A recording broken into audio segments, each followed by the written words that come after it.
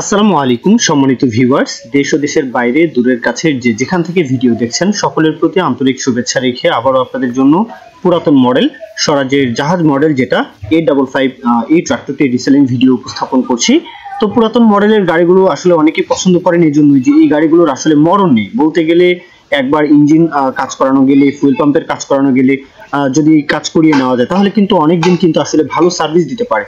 যাই হোক, গাড়িটা দেখতে পাচ্ছেন সরাসরি মহাজনের তরফ থেকে যে ইনফরমেশনটা দেওয়া হয়েছে, গাড়িটা হচ্ছে মূলত 13-র দিকের মডেল। গাড়ির নতুন ইঞ্জিন করানো, কোথাও কোনো প্রকারের কোনো কাজ নেই। গাড়ির সাথে কালটি রয়েছে, রোটার চাইলে আপনারা ব্যবহার করতে পারেন, চাইলে পরিবহনের জন্য ট্রলিতে ব্যবহার করতে পারেন, তবে কালটি সহ গাড়িটা বিক্রি করা হবে।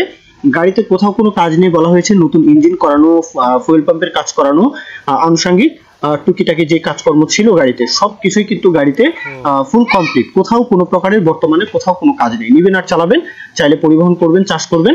তো যাই হোক, এই গাড়িগুলোর আসলে সত্যি কোনো মরণ নেই। আর স্বরাজ 855 এটা হচ্ছে মূলত 52 হর্সের গাড়ি, 50-52 হর্সের গাড়ি, যে কোনো প্রকারের পরিবহন চাষের জন্য চাইলে ব্যবহার করবেন।